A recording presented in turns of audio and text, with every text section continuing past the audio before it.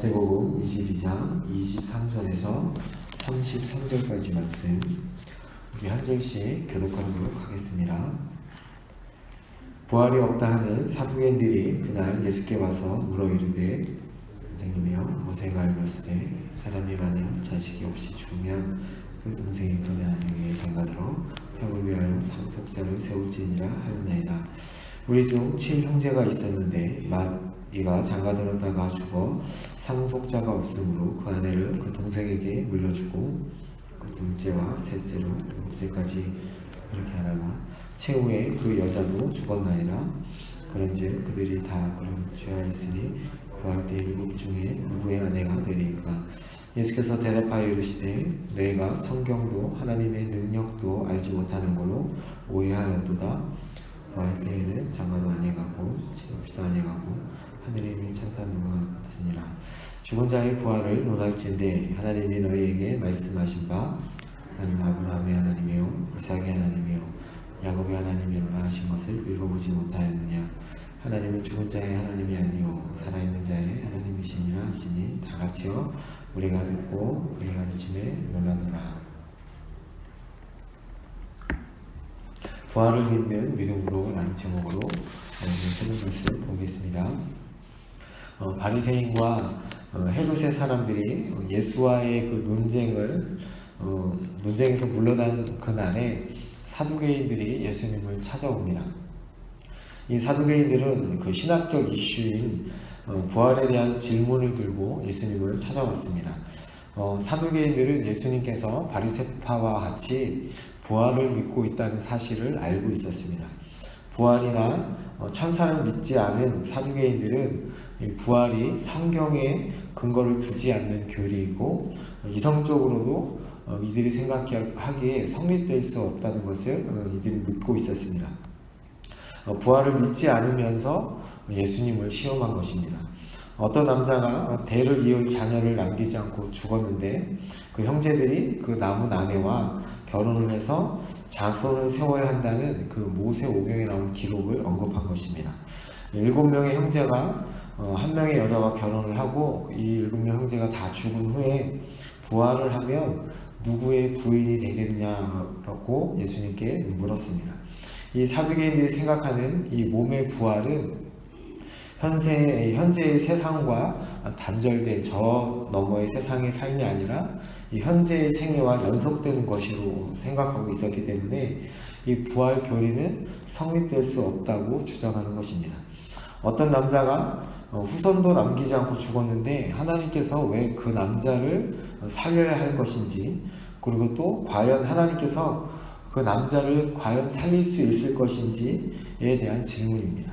이 사두개인들은 헤매는 양처럼 예수님께서 뭐라고 지적하시냐면 헤매는 양처럼 성경의 의미를 이해하지 못한 채 헤매고 있다라고 말씀하고 있습니다. 29절에 보면 너희가 성경도 알고 그리고 하나님의 능력도 알지 못하는 거로 오해하였다라는 이 오해라는 단어가 바로 양이 헤매고 있다라는 단어입니다. 그럼 이들은 부활에 대해서 어떻게 생각하고 있었던 것일까요? 첫째, 사두개인들은 성경을 알지 못했다라고 예수님께서 말씀합니다. 그리고 두 번째는 사두개인들은 하나님의 능력을 알지 못하고 있다라고 예수님께서 말씀하십니다.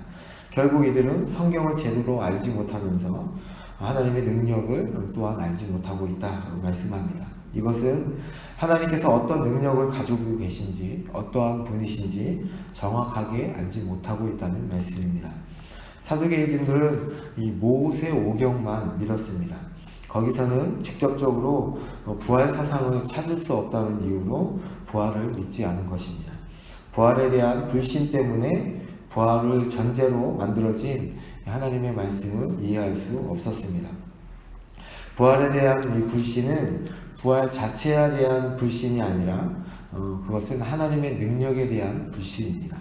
하나님의 능력에 대한 불신은 우리 인간의 교만에서 나오는 무지 때문에 그렇습니다.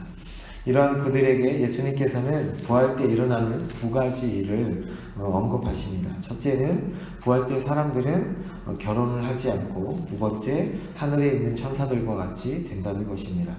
그러시면서 죽은 자들의 부활에 대해서 하나님의 말씀하신 것을 읽어보지 못했는지 물으십니다.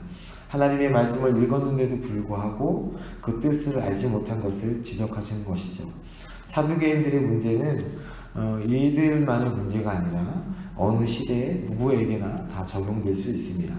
성경도 하나님의 능력도 알지 못하는 일이 성경을 근거로 사람들을 가르치고 인도하는 지도자들에게 혹은 교사들에게 일어날 수 있음을 저희에게 보여주는 것입니다. 성경을 바르게 해석하지 못하고 하나님의 능력을 믿지 못하면 하나님의 뜻을 오해하고 잘못된 행위로 이어집니다. 이것은 바른 열매를 맺지 못하는 것이죠. 바른 열매를 맺지 못하는 문제는 어디에서 나오냐면 성경을 바르게 이해하지 못하는 데서 출발할 때가 많다는 것입니다. 그래서 성경을 바로 이해하고 아는데 너무나 중요한 문제입니다. 부활에 대한 믿음은 하나님의 능력에 대한 믿음에서 나옵니다. 그것은 머리로 이해하여 나온 믿음이 아니라 하나님의 인격에 대한 믿음에서 나온 믿음입니다. 사두개인들이 모세 오경의 창조주를 진실로 믿었다면 첫 창조의 하나님께서 부활을 통해서 새 세상을 창조하실 수 있었다는 아마 그런 믿음을 가졌을 것입니다. 그런데 사두개인들은 그 믿음을 믿지 않은 것이죠. 이 32절과 33절에 보면 한 예수님께서 그 부활에 관해서 이런 말씀을 하시죠. 아브라함의 하나님, 이삭의 하나님, 야곱의 하나님. 이 말씀을 많이 들었을 것입니다. 이 말씀은 출애굽기 3장 6절에 있는 말씀을 인용하신 것입니다. 사두개인들이 모세 오경만 믿고 있었다는 것을 예수님이 알고 있었기 때문에 그 모세 오경에 나왔던 이 말씀을 인용하신 것입니다. 이 표현은 하나님이 조상들이나 후손들에게 약속하신 그 언약을 언급할 때 사용합니다. 언약의 백성을 보호하시는 그 하나님은 그들이 죽은 이후에도 그들을 잊지 않고 함께 하십니다. 아브라함, 이삭, 야곱의 몸을 썩어서 사라진 이후에도 부활 때까지 계속해서 그들과 함께 계시다라는 것이죠. 그래서 하나님은 더 이상 존재하지 않는 자들의 하나님이 아니라 살아있는 자들의 하나님이십니다. 예수님은 그 부활의 근거를 조상들과 맺은 언약에 대한 하나님의 신실하심에 두고 있습니다. 하나님과 자녀의 관계는 죽음으로도 사라지지 않는다라고 말씀하고 계십니다. 언약에 신실하신 하나님의 사랑과 능력 때문에 하나님의 자녀는 죽어도 하나님과 함께 교제 가운데 살아있는 것입니다. 부활신앙이란 내가 죽어도 산다는 것이 아니라 몸이 사나 죽으나 하나님과 함께 언제나 살아서 교제한다는 그 믿음입니다.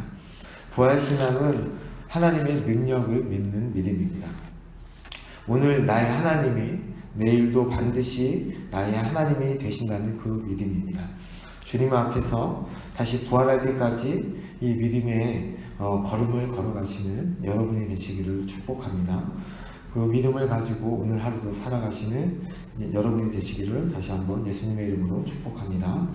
제가 잠시 기도하겠습니다. 아버지 하나님, 하나님의 그 부활의 믿음을 저희들이 믿으면서 오늘 하루도 주님과 동행하며 살아갈 수 있도록 주님 은혜 베풀어 주시고 저희들에게 믿음을 허락하여 주옵소서. 하나님의 성경을 믿게 하시고 또한 하나님의 능력도 믿는 저희들이 되도록 주님 인도하여 주옵소서. 그리하여서 그 살아계신 하나님, 우리에게 신실하신 그 하나님을 의지하며 살아가는 오늘 하루가 될 수 있도록 주님 인도하시고 은혜를 베풀어 주옵소서. 살아계신 예수님의 이름으로 기도합니다.